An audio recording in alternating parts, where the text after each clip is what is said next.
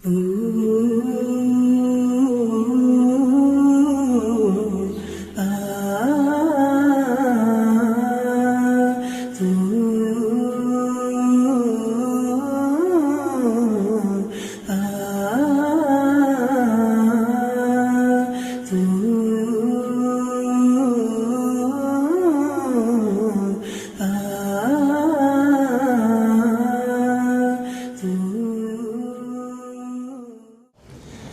now we're going to get all of the main speakers. Abdur Raheem Green, the guy who collared me in London. Sheikh Hussain. Did he tell you what he said to me? Yeah, okay, fine. So I don't. Abdur Raheem Green from London. Sheikh Hussain from Malaysia.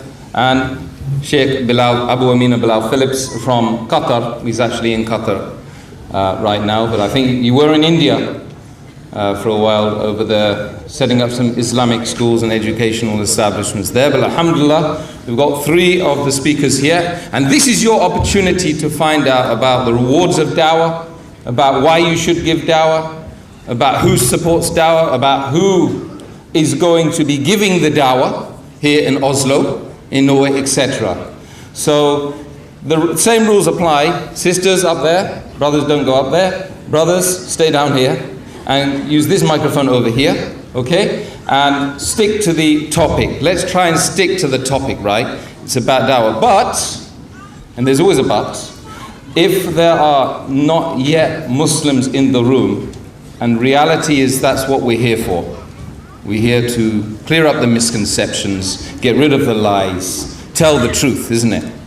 So if they want to ask some questions, they must come to the mic first. If they don't want to come to the mic, they must write their question down, and we'll have it up here on the stage and we can read it and take precedence. For those people must have first precedence, if you like. They must be able to ask their questions first. So if there's any of those people, please pass your question forward or come to the mic. Sisters, you're going to be first. Kick off. Let's go for it. Assalamu alaikum. I got this question when Abdur Raheem Green was asking, so this one is for him. What advice do you have for people who already are Muslims but living a life which is against Islam? And this girl that gave me the question, she wants to help them by making them understand that this is wrong. So what's your advice? Abdur Raheem, did you get that? I got the first bit about Muslims who are not practicing Islam, right? Yeah, but just reiterate it just in case we get it wrong. Okay. Just say it again, but with a bit of a louder voice, sister. Okay. What advice do you have for people who are Muslims but living a life which is against Islam? And she wants to help them by making them understand that the things they're doing are wrong. Yeah, basically, okay, I think I got the idea. I think the basic rules of what I mentioned in my talk still apply. Number one, whether the person is not a Muslim or a Muslim who's not following Islam, then, you know, I would say that there's 2 things that you need to obviously set a good example yourself. So you should make sure that you are displaying to them and you are showing them good behavior, good manners.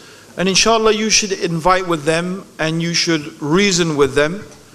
As Allah subhanahu wa ta'ala says, عُدُّوا إِلَى سَبِيلِ رَبِّكَ بِالْحِكْمَةِ وَالْمَوْعِظَةِ الْحَسَنَةِ وَجَادِلْهُمْ بِالَّتِي هِيَ أَحْسَنُ. So there's 3 things. If it's a Muslim, you will mention to them what Allah says and what the Prophet sallallahu alaihi wasallam says. So if they are, for example, let's say they are not praying, then mention to them the verses, the ayat of Quran, the hadith of the Prophet sallallahu alaihi wasallam, what the Quran says about prayer, the importance of prayer, the virtue of prayer, the punishment for leaving prayer. And the maw'idat al-hasana means to remind them of death, of the day of judgment, of the hellfire, of the paradise, that this life is just a temporary abode. وَجَدِّلْهُمْ بِالَّتِي هِيَ أَحْسَنُ, and give them reasoned arguments, explain to them the wisdom, the reason, the logic behind that. This is the methodology with anyone you are trying to, inshallah, bring them towards the good or keep them away from evil. So that's my general advice. Allahu alam. Jazakallah khair, Abdur Raheem. I would just also add that it's good to find out where their problems lie. You know, when a person thinks himself a Muslim or herself a Muslim and doesn't practice Islam, there are usually issues that they have, you know, which have led them to that position. So try to find out what is the root, because if you promote certain things to them but you haven't tackled the root, then it's just going to go over their heads. They're not really going to accept it. So you need to find out what is at the bottom of it, and then you give them the proper medicine from the Quran or the Sunnah, you know, accordingly. Jazakallah khair. Bilal, do you want to add anything, Sheikh Hussain? Okay. All right. So, do we have a not yet Muslim to ask a question? Yes. Our friend over here. Far away, my friend.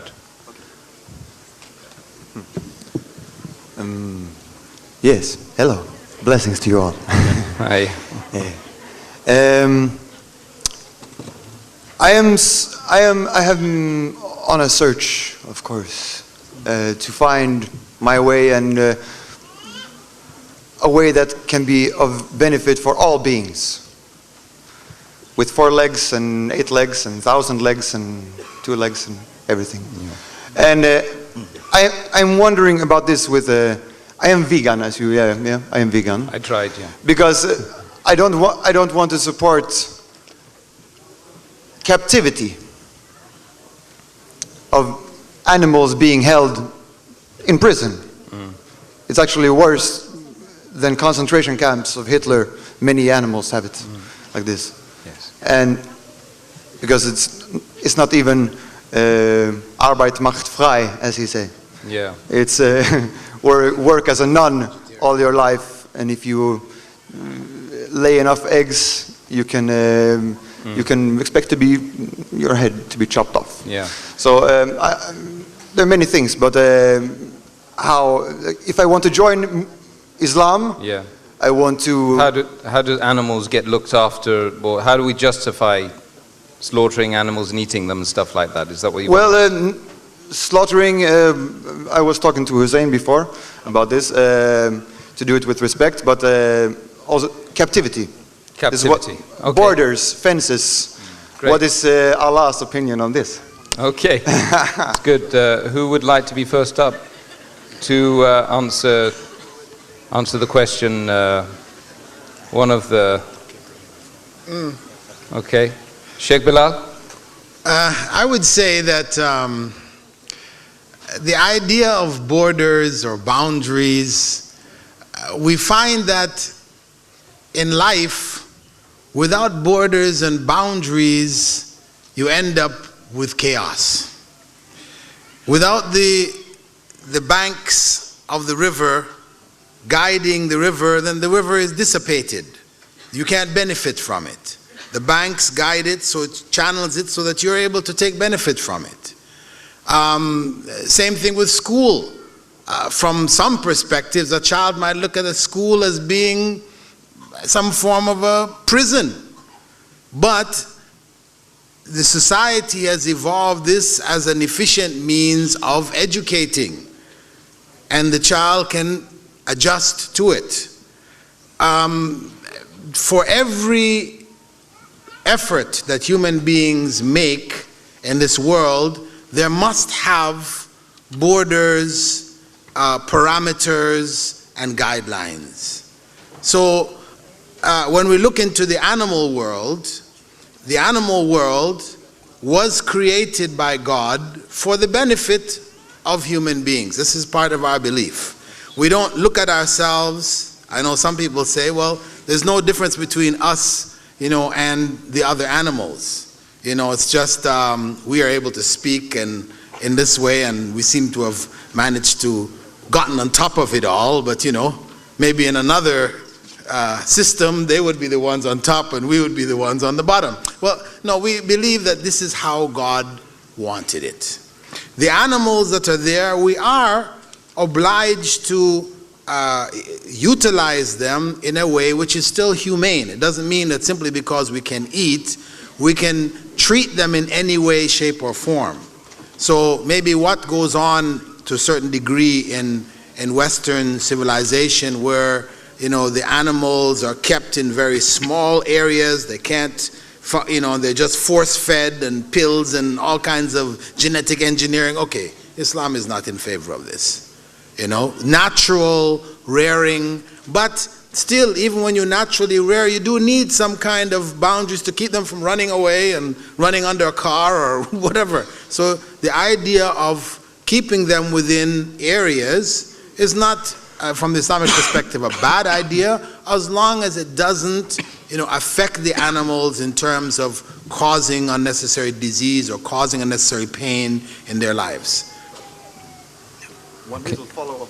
Can I have one little follow-up? Okay, go ahead. Just one quick one. Yeah, that's fine. Then, if this is against Islam to have animals in this being treated in this bad way, then I believe that Muslims should not pay tax in Norway, for example, or Sweden. Okay. Because there is money, like the system is feeding this, supporting this. Thank you very much. But we still have to add that if all the taxes were going into that, I would say, yeah, it's something worth considering. But the taxes also clean snow away from the roads. Yeah. So we do need that too. Yeah. And there, taxes also provide electricity and a variety of other things for the people of the society. So we don't want to take an attack against a whole system because of failure in some aspect of the system. Better we tackle that aspect. We should inform, educate, and try to correct. Yeah. Can I add something, Sheikh Bilal? Is that just to add to what the Sheikh said, in respect to my talk about, maybe if you look at Muslims, you think the most important thing for us is halal meat. Maybe we should include within our understanding of halal the way that we treat, the way that animals are treated. A lot of the time, the eat we meet as Muslims is really not the way that animals should be treated, according to what Sheikh Bilal has already said. So again, as Muslims, you can have an effect. Your vote is not only a tick you put in the ballot box. Actually, the biggest vote you have is what you choose to buy as a consumer. And you need to remember that the things you buy and the things you choose to buy have a huge impact, and Muslims need to bring that into consideration, inshallah. So maybe we need as Muslims to make sure and have more of an effort that the meat that we eat is treated humanely, is treated properly, and fits those conditions, inshallah. Yeah, Jazakallah. Ameen. Muslim tax, special Muslim system? Yeah, maybe. Thank you very much for your question. Appreciate it enormously. Bismillah. We need more people like you around. I would like to add a couple of proofs taken from the Holy Quran and that of the prophetic tradition, which somehow substantiate the fact that which has been reiterated by the speakers. Yes, we have plenty of Quranic verses which really has encouraged us to be kind to the animal when being slaughtered.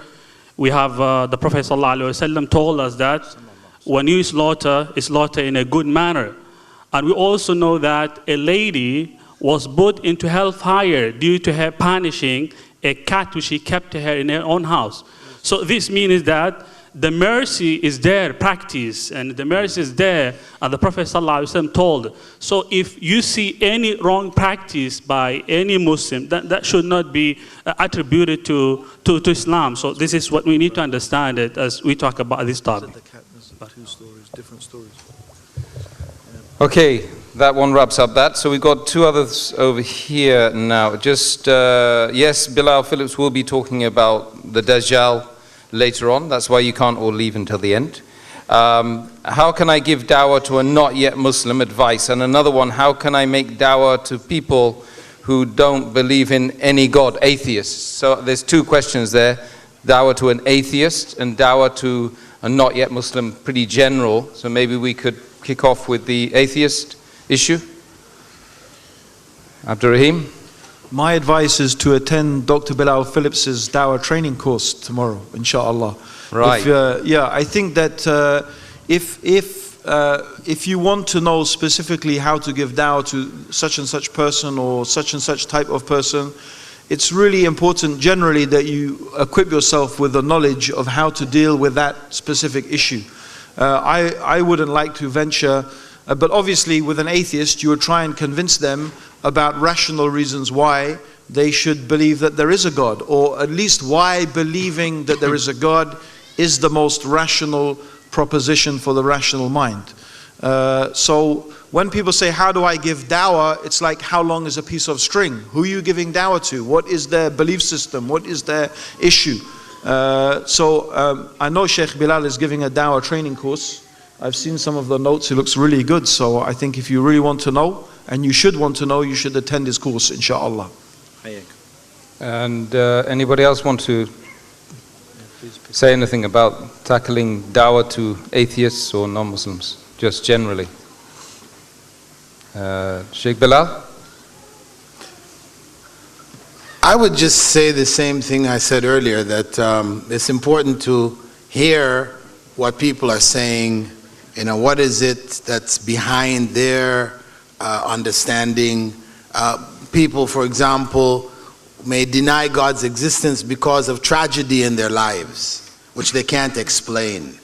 That's a common factor when you hear why that person doesn't believe in God, because somehow they feel it's unfair what happened to so-and-so or happened to me, or so that becomes the whole issue, not being able to explain tragedy in their lives. So it's important to go to that point, let the person understand that simply because you can't understand the reason behind the tragedy in your life, that's not enough to lead you to the point of disbelief in God, because you see many other unfortunate or stressful circumstances happen in your life, and it turned out to be good circumstances. What you thought was bad turned out later on, the same day, weeks later, whatever, to be something good.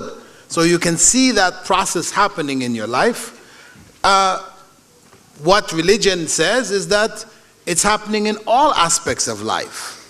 The areas that you can't explain are explained by the areas that you see explanations for. And that is the more logical way to approach it, rather than just simply reject God because you can't find an explanation as to why you suffered something that you suffered. So I'm saying, look into the reason. What has driven that person to the point of disbelief? Sometimes it's a matter of how they've been raised, etc. But oftentimes, it has to do with some incident in their life. So if you understand that, then you can try to help them to get clarity on the basis of it. Jazakallah khair, Sheikh. And next question, I'll move to the next question. Anyone at the microphone? Sisters. Assalamu alaikum. Alaikum salam. Assalamu rahmatullah wa barakatuh. This is a question, the issue about our parents, which is not Muslims.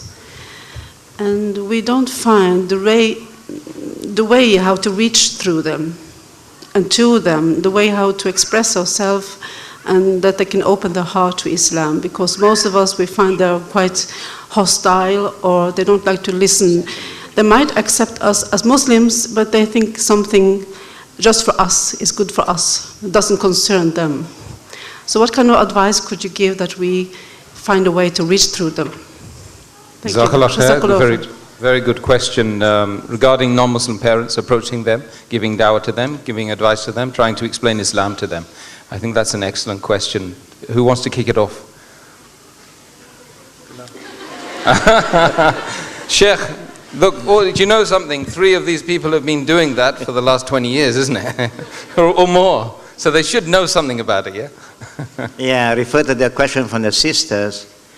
Alhamdulillah, sisters, you are speaking to all the brothers inside in front of you. We are all reverts. We are all reverts. We have the same problem. But just to be very brief, da'wah need a lot of patience, need a lot of wisdom. You may fail once, maybe 100 times, but never give up. This is my own experience when I talked to my mom until the last minute when he was bedridden.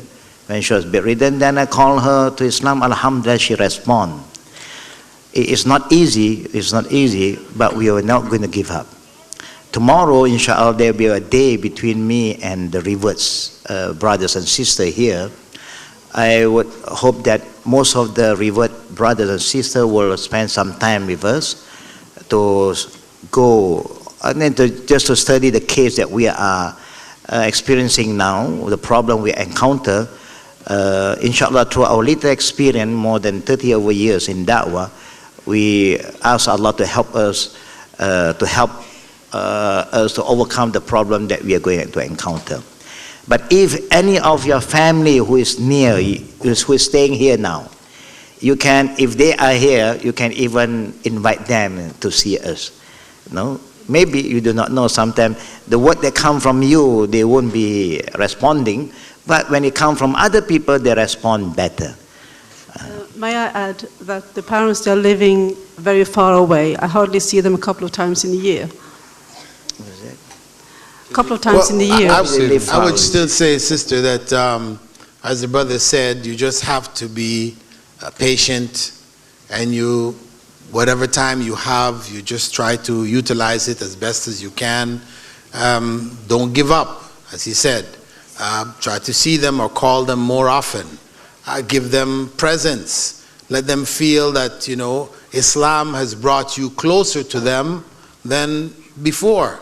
I know personally, my parents took 21 years after I accepted Islam before they both accepted Islam. No, you know? So, I mean, had I given up after the initial attempts, because of course when I first accepted Islam, I wanted everybody to accept Islam. But it didn't work that way, you know? So it took them 21 years, and it's after I'd basically given up that they came around and said, okay, we want to accept Islam. Yeah, the one thing I would like to add is, mashallah, off what Sheikh Bilal said, is when I first became Muslim, I wanted everyone to accept Islam. One of the things that's very tempting to do when you first become Muslim is you just, well, I mean, that was my mistake, is I just thought, wow, Islam is so fantastic, I feel so wonderful, all I have to do is tell my parents all about it, and they're just going to say, yeah, I want to become Muslim too. But they took it like, what is this mad guy ranting and raving about, you know? And he's trying to shove all this religion down our throats, you know? So I always tell reverts, take it easy with your mum and dad, you know? Take it really, really easy with them, because in your enthusiasm, you actually might do more damage than you do good. So my advice is, yes, give da'wah, but take it easy, think about it, you know, and don't be too hasty in that as well, inshallah. Sheikh Ali? Yeah, bismillah. I wish I had the same experience as brothers had with regard to having parents who are not Muslims, really. And of course, the examples which were given by Sheikh Hussain the other night, I was following his own speech, were very heart-touching, really, when he told us about how he remained adamant in trying to, you know, be a cause to his mom to embrace Islam. That's something nice, really. So I would like to add some illustrations from the Holy Quran. We know that Abraham, alayhi salam, tried to convey the message of Allah to his father, telling him that he should get rid of polytheism. And who could tell me how many times did he repeat Ya Abati in the Holy Quran? Who could tell me how many times did he say? Was it 4, 5 times? How many was it? Several times. He kept on saying Ya Abati, Ya Abati, Ya Abati, using the most beloved name to him in order to win his own heart. But his father remained on his own religion and did not want to change it. So the same applies.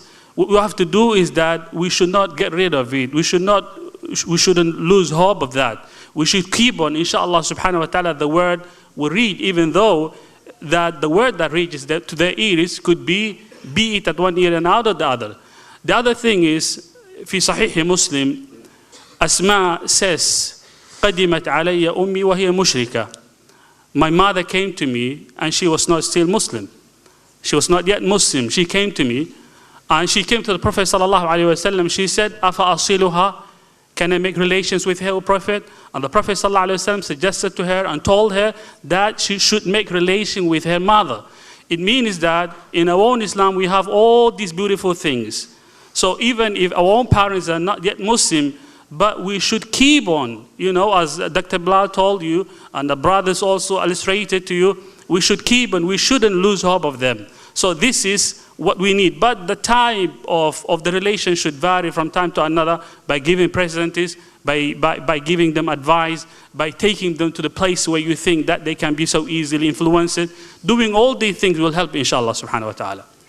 Jazakallah khair, Sheikh Ali. And my mother learned that I was a Muslim from the BBC. And it was only then she took it seriously. Can you believe it?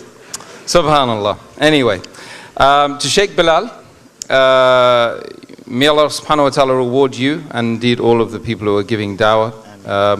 You gave dawah in the desert there to the soldiers, the US soldiers. Was there anything particular that you used to use? Any particular argumentation or line of argumentation you used to use? Was there a sort of a clincher that you can mention in the dawah you gave to the soldiers there? In the explanation which I gave concerning the different methods that we used, it included, as we said, taking them to the mosques, helping them in some of their day-to-day things so they could see what life is in the Muslim community, introducing, for example, women to Muslim women so they could hear from the mouths of the women themselves what is their life like. And in terms of the direct arguments, this varied from person to person. The presentation which I used to give on Islam was just a general presentation, focusing on the principles behind the rituals of Islam. So, rather than focusing so much on the 5 pillars as rituals, focusing more on their spiritual, emotional, psychological benefits. I mean, how do they benefit a human being? So I would just say that there is no magic word or statement that produces the Muslim. Each person has his or her own issues, and what may affect one may not affect another. I mean, I know people who read the Quran, and as I mentioned in my talk, one of the people who were involved in us in Dawah, they read the Quran and that was it for them. But for myself, when I first read the Quran, it didn't have an impact on me. I was a communist, and I read the Quran, and it just didn't really make too much sense to me. Nobody was there to clarify to me what was going on, and it just didn't have an impact on me. Instead, a book by Muhammad Qutb called Islam, the Misunderstood Religion, where he does a comparison between Islam and communism and Christianity, socialism, and all the other systems, from all of the different perspectives. That did it for me, because that's where my head was at. So don't look for the magical bullet, the silver bullet that you just have to shoot it and we have a Muslim coming up here.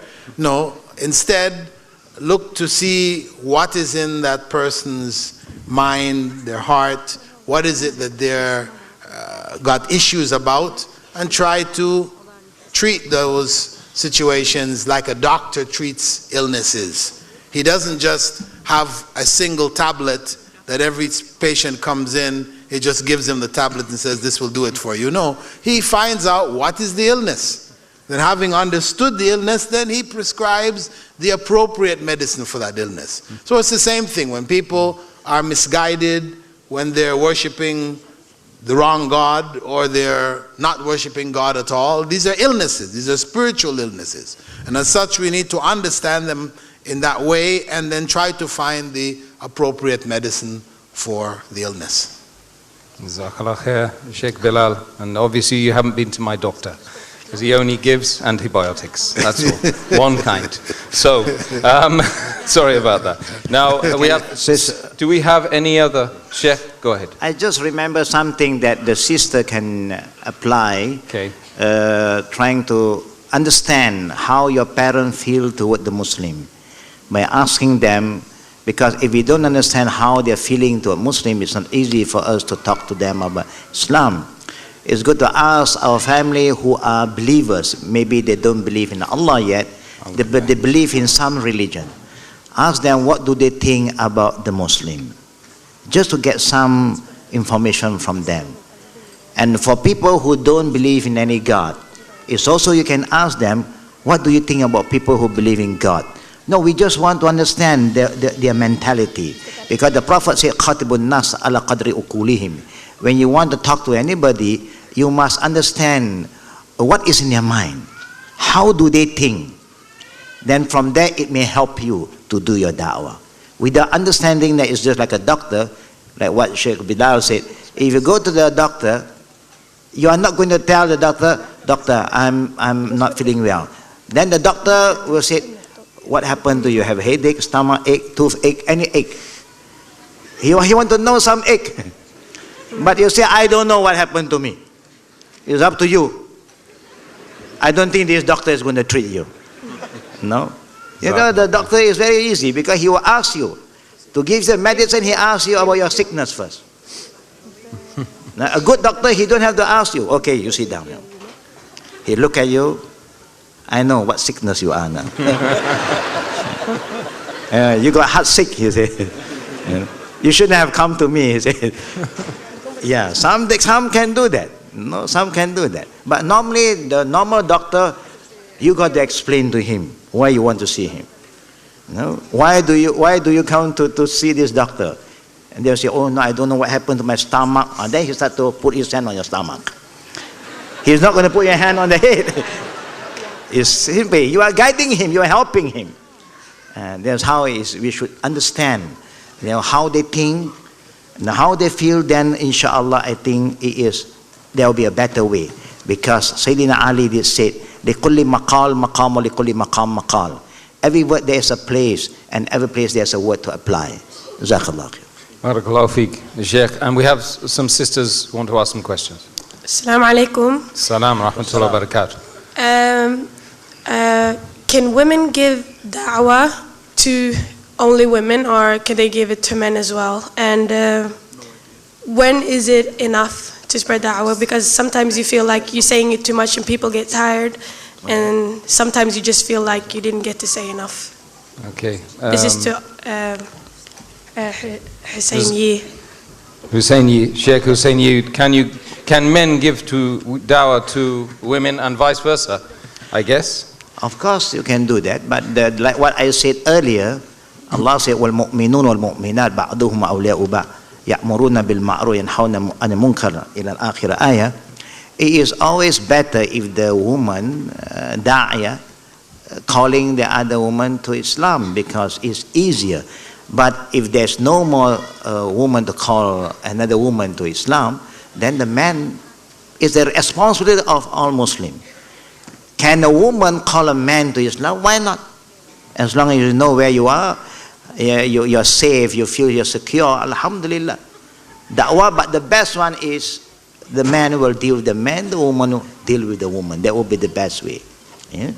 Because there's issues, sometimes it's not easy for the man to go into. It's easy for the woman to deal with the woman. If the woman are not active, then the man will do their job, and then you will see the man, alhamdulillah,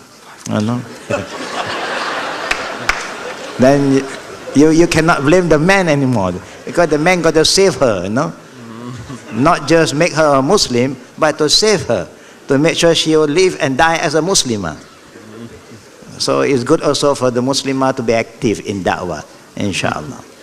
Jazakallah khair. There's actually 5 brothers over here waiting, so I mean, I thought that they were wearing Islamnet t-shirts. They knew all about da'wah, you see. So anyway, should we have some brothers? Fadal. Bismillah ar-Rahman. Assalamu alaikum. Wa alaikum assalam wa rahmatullah. Just about rewards. We all know this term is very close to mankind. All people love this term rewards. And actually even animals. In circus we know that elephant or lions, when he obeys his master, so there is a reward, sugar or something. So just to put some light in rewards for a human being who say Ashhadu an la ilaha illallah, that he recognize that there is only one creator.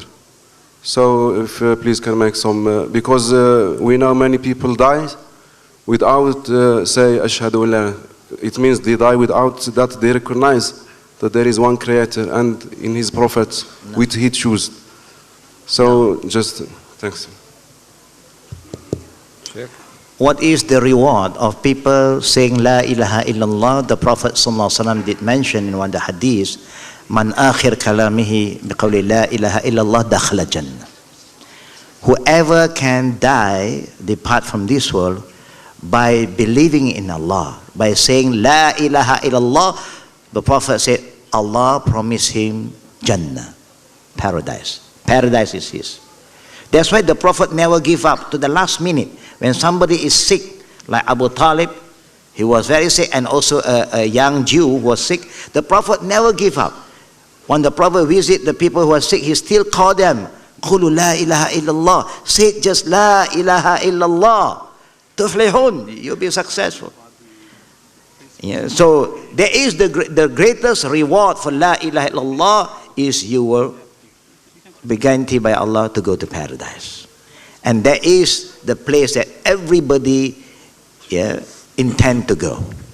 How bad a person today, if you ask him sincerely from his heart, or do you want to go to hell or paradise? What do you think they will say? Paradise. They are sure saying paradise. That's why they work so hard for paradise.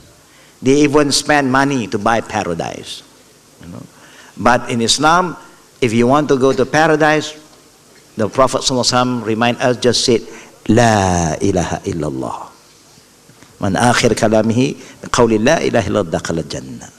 But it's not easy to say La ilaha illallah when you want to go when you are dying, because the test of Allah is greater. The shaitan will appear in many forms just to discourage you, to make you forget Allah subhanahu wa ta'ala. That is the greatest reward of La ilaha illallah. Jazakallah khair. We've got 2 important questions from the sisters, I understand. Okay. Assalamu alaikum. Alaikum assalam. This is to Bilal Phillips. Should we follow one special madhab or should we follow Salaf and Salih? Can you explain the term Salaf and Salih? The issue of madhab or school of legal thought, we can say that what is required of us is to follow the same school of thought that Abu Bakr, Umar, Uthman, Ali followed, that Abu Hanifa, Imam Malik, Shafi, and Ahmad ibn Hanbal followed, because they all followed one school. That one school was the school of Rasulullah sallallahu alaihi wasallam, the school of the Prophet. And that's what is required of the Muslim, to try to follow the way of the Prophet to the best of his or her ability. Scholars will help them in following that way. So when one says they're following the Salaf as-Salih, or the righteous predecessors, the early Muslims who were on the correct path, about whom the Prophet ﷺ had said, Khairun nasi qarni, the best of people are my generation. Thumma alladhina yalunahum, then those who follow them. Thumma alladhina yalunahum, then those who follow them. The first 3 generations were given that special status. And this is because of the fact that they were closest to the time of the Prophet sallallahu alaihi wasallam. So they had the best understanding. And that is why Imam Malik, for example, had said that nothing which did not correct and set right the affairs of Muslims in the first generation would do in the later generations. That what is going to improve their lot, is going to correct their situations, will be the same things which corrected the first generation. Jazakallah khair, Sheikh Bilal. Sister, another question? We take a few from the brothers over here. Assalamu alaikum. Alaikum salam wa rahmatullahi wa barakatuh. Can you say something about what it is like giving da'wah on Facebook? Many brothers and sisters use Facebook active to get to know each other and spread Islam. It leads to fitna in many ways. So, yeah, just to all of the sheikhs. Just, yeah. Okay, who wants to go first? Da'wah on Facebook. Or da'wah. Face da'wah. Face-to-face da'wah. Facebook. Facebook, then lots of people use it. Well, the issue of Facebook is that it is like the telephone or writing letters. Whatever means of communication is available to us is in fact neutral. How we use it determines whether it is good or it is bad. So I personally have a page on Facebook where I inform people of latest lectures or different points of da'wah, clarify different issues on that page. And a lot of people benefit, a lot of people write in and thank me, etc. So I see a lot of benefit coming from it. There are other people who use the Facebook page for other things, you know, and there's corruption there too. But you choose. It is your choice whether you use it for good or you use it for evil. Anyone else? Okay, yeah, I'd just like to mention, by the way, that in respect to Facebook, I have something like the Queen of England. She has a real birthday and she has an official birthday. I have a real Facebook page, an official Facebook page, and some other Facebook pages. I don't know where they came from. It's got my name. But if anyone wants to know my own actual personal Facebook page, it's Anthony Green with a TH, A-N-T-H. It's got a little picture of me looking, I don't know, whatever, but that's me, okay? I've got no makeup on and I'm not standing there in Peace TV. It's just a little simple picture. People ask, why Anthony Green? Honestly, the only reason I opened a Facebook page was when Facebook pretty much started. The only reason I did it is because I thought maybe some of my non-Muslim friends from before I was a Muslim, might try to look me up and they could contact me and I could give them dawah. And that's why I used my old name, because I was hoping I might be able to give them dawah that way. And personally, I didn't find, like Sheikh Bilal, I found it very useful. MashaAllah, most of the stuff that I see on my wall is, MashaAllah, verses of Quran, little hadith, things that people write that I found very beneficial. So myself, MashaAllah, I agree with the Sheikh that exactly what he said, it's how you use it, it's the problem. Anything we do could be open to this issue of fitness. So, Jazakallah khair. Barakallah fiqh. And you want to add something, Sheikh? Bismillah.